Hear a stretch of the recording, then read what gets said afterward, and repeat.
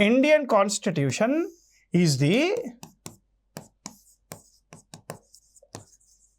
primary law of the land. It is a supreme law of the land. It is a primary చట్టము.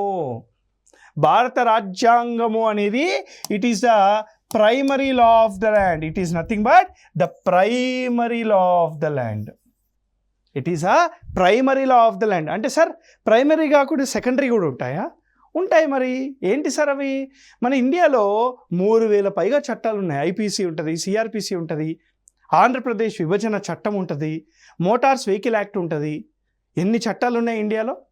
ఇండియాలో GST చట్టం ఉంటుంది. ఎన్నో చట్టాలు ఉన్నాయి ఇండియాలో. ఆల్ అదర్ లాస్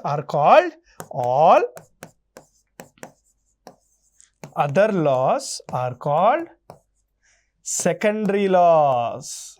ఇండియాలో ప్రైమరీ చట్టం ఒకటే. ఏంటి సార్ అది? రాజ్యాంగము.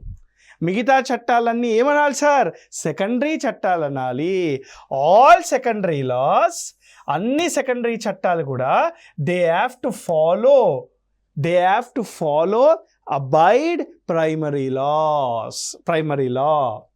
సెకండరీ చట్టాలన్నీ కూడాను ప్రైమరీ చట్టానికి అనుకూలంగానే ఉండాలి. అనుకూలంగా లేకపోతే ఆ యొక్క సెకండరీ చట్టాన్ని ఇన్వాలిడ్ లేదా అన్కాన్స్టిట్యూషనల్